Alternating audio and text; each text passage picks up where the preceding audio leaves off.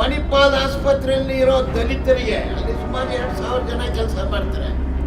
Fortis ಹಂಗೆ 5 star 3 star ಹೋಟೆಲ್ಗಳಲ್ಲಿ cleaning ಕೆಲಸ ಮಾಡ್ತಾ ಇದ್ದೀವಿ. ಇಲ್ಲಿ ಎಲ್ಲ ಕೂಡ 11,000, 12,000, 13,000 ರೂಪಾಯಿ ಸಂಬಳ ಕೊಡ್ತಾ ಇದ್ದಾರೆ. ಒಂದು ದಿವಸಕ್ಕೆ ಕನಿಷ್ಠ 1,000 ರೂಪಾಯಿ ಬೇಕಾಗ್ತಾ ಇದೆ.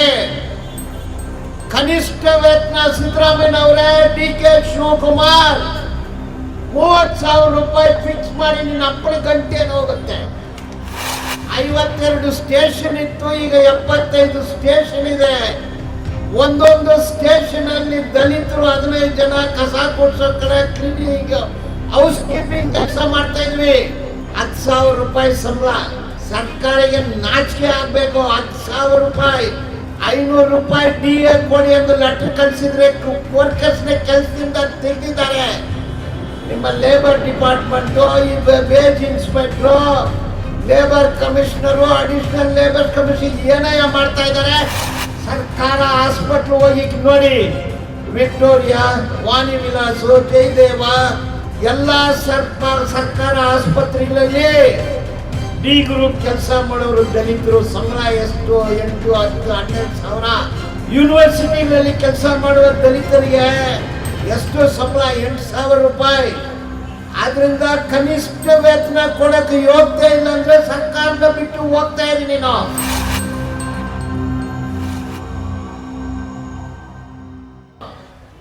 ಎಲ್ಲರಿಗೂ ಜೈ ಭೀಮ್. ಈಗ ಕರ್ನಾಟಕದಲ್ಲಿ SC ಸಂಖ್ಯೆ 19.5%, ಅಂದ್ರೆ 20% ಇದೀವಿ. ST 7%, 27%. ಹಳ್ಳಿಗಳಲ್ಲಿ ನಾವಿರೋದು ಕೇರಿ, ಬೆಂಗಳೂರಲ್ಲಿ ನಾವಿರೋದು ಕೊಲಕೇರಿ. ಊರಂದ್ರೆ ಊರಲ್ಲಿ ನಾವಿಲ್ಲ. ಅಗ್ರಹಾರ ಬೇರೆ, ಊರು ಬೇರೆ, ದಲಿತರ ಕಾಲನಿ ಬೇರೆ, ಗಿರಿಜನರ ಕಾಲನಿ ಬೇರೆ, ಶೂದ್ರರ ಕಾಲನಿ ಬೇರೆ. ಈಗ ಬೆಂಗಳೂರಲ್ಲಿ ಏರ್ಪೋರ್ಟ್ ಇದೆ, ಭಾರಿ ಸುಂದರವಾಗಿದೆ. ಏರ್ಪೋರ್ಟ್ ಅಲ್ಲಿ ನಾವು ಪೈಲಟ್ ಅಲ್ಲ, CEO ಅಲ್ಲ, ಕೋರ್ಟ್ ಸೂಟ್ ಅಲ್ಲ, ಅಲ್ಲಿ ಕಸ ಗುಡಿಸೋ ಕೆಲಸ ಮಾಡ್ತಾ ಇದ್ದೀವಿ. ಸಂಬಳ ಎಷ್ಟು ಕೊಡ್ತಾರೆ ಅಂದ್ರೆ 10,000 ಅನ್ನೋದು. ಮಲ್ಯ ಆಸ್ಪತ್ರೆ, ಫೋರ್ಟಿಸ್ ಹಾಸ್ಪಿಟ್ಲು, ಏನೇನೋ ಹೆಸರುಗಳಿದೆ, ಮಲ್ಟಿ ನ್ಯಾಷನಲ್ ಹಾಸ್ಪಿಟ್ಲ್ಗಳು. ಅಲ್ಲಿ ಡಾಕ್ಟರ್ಸ್ ಅಲ್ಲ ನಾವು. ಅಲ್ಲಿ ನಾವು ದೊಡ್ಡ ದೊಡ್ಡ ಕೆಲಸದಲ್ಲಿಲ್ಲ. 100ಕ್ಕೆ 100 ನಾವು ಮಾಡೋ ಕೆಲಸ ಕಸ ಗುಡಿಸೋದು, ಮಲ ಮೂತ್ರ ತೆಗೆಯೋದು, ಡಿ ಗ್ರೂಪ್ ಕೆಲಸ ಮಾಡ್ತಾ ಇದ್ದೀವಿ. ಮಣಿಪಾಲ್ ಆಸ್ಪತ್ರೆಯಲ್ಲಿ ಇರೋ ದಲಿತರಿಗೆ ಅಲ್ಲಿ ಸುಮಾರು 2,000 ಜನ ಕೆಲಸ ಮಾಡ್ತಾರೆ. ಫೋರ್ಟೀಸು ಹಂಗೆ 5 ಸ್ಟಾರು 3 ಸ್ಟಾರ್ ಹೋಟೆಲ್ಗಳಲ್ಲಿ ಕ್ಲೀನಿಂಗ್ ಕೆಲಸ ಮಾಡ್ತಾ ಇದ್ದೀವಿ. ಇಲ್ಲಿ ಎಲ್ಲ ಕೂಡ 11,000, 12,000, 13,000 ರೂಪಾಯಿ ಸಂಬಳ ಕೊಡ್ತಾ ಇದ್ದಾರೆ. ಒಂದು ದಿವಸಕ್ಕೆ ಕನಿಷ್ಠ 1,000 ರೂಪಾಯಿ ಬೇಕಾಗ್ತಾ ಇದೆ. ಕನಿಷ್ಠ ವೇತನ ಸಿದ್ದರಾಮಯ್ಯ ಅವರೇ, ಡಿ.ಕೆ. ಶಿವಕುಮಾರ್ 30,000 ರೂಪಾಯಿ ಫಿಕ್ಸ್ ಮಾಡಿ ನಿನ್ನ ಅಪ್ಪಳ ಗಂಟೆ ಹೋಗುತ್ತೆ. ಮೆಟ್ರೋ ಭಾರಿ ಚೆನ್ನಾಗಿದೆ. 52 ಸ್ಟೇಷನ್ ಇತ್ತು, ಈಗ 75 ಸ್ಟೇಷನ್ ಇದೆ.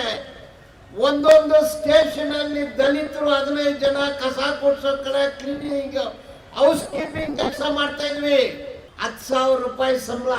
ಸರ್ಕಾರಿಗೆ ನಾಚಿಕೆ ಆಗ್ಬೇಕು. 10,000 ರೂಪಾಯಿ, 500 ರೂಪಾಯಿ DA ಕೊಡಿ ಎಂದು ಲೆಟರ್ ಕಳಿಸಿದ್ರೆ ವರ್ಕರ್ಸ್ ನ ಕೆಲಸದಿಂದ ತೆಗೆದಿದ್ದಾರೆ. ನಿಮ್ಮ labour department, wage inspector, labour commissioner, additional labour commission ಏನಯ್ಯ ಮಾಡ್ತಾ ಇದ್ದಾರೆ?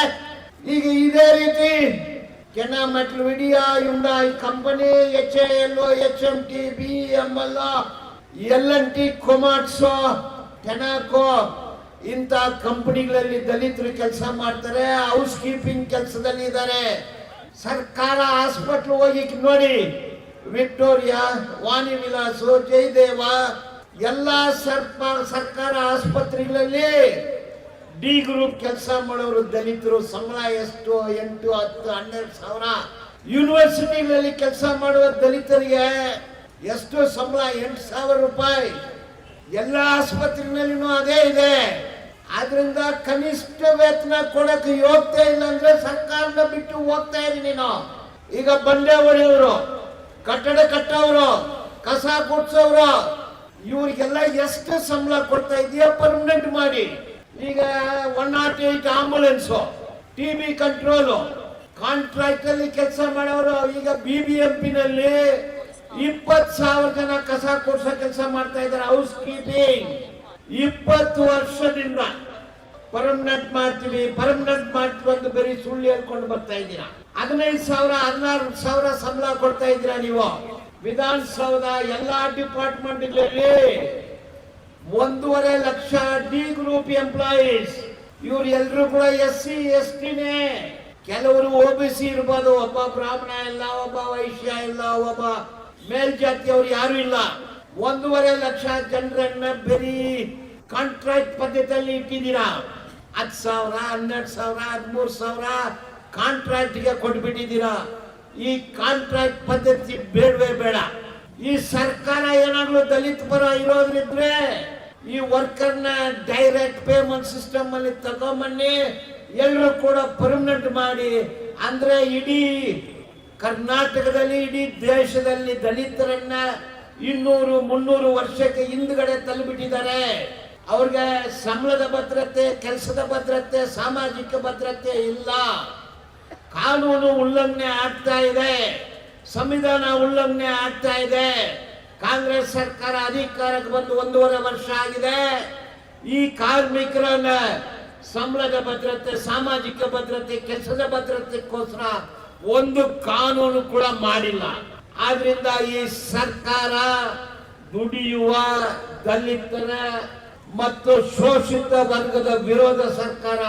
ಈ ಸರ್ಕಾರ ಕೆಲಸ ಮಾಡಿ, ಇಲ್ಲ ಅಂದ್ರೆ ಸೀಟ್ ಬಿಟ್ಟು ಹೊರಟು ಬಿಡಿ ಅಂತ ಹೇಳಿ ಈ ಸಮಾವೇಶ ಮಾಡ್ತಾ ಇದ್ರ. ಜೇವಾಗ್ಲಿ ಇದು ದೊಡ್ಡದಾಗಿ ಬೆಳಿಬೇಕು, ರಾಜಕೀಯ ಶಕ್ತಿಯಾಗಿ ಬೆಳಿಬೇಕು, ರಾಜಕೀಯವಾಗಿ ಬೆಳಿಬೇಕು ಅನ್ನೋ ನನ್ನ ಕಂಗ್ರ್ಯಾಚುಲೇಷನ್ ಹೇಳಿ ಮುಗಿಸ್ತೀನಿ. ಧನ್ಯವಾದಗಳು. ನಮಸ್ಕಾರ. ಅವಕಾಶಕ್ಕೆ ನಮಸ್ಕಾರ.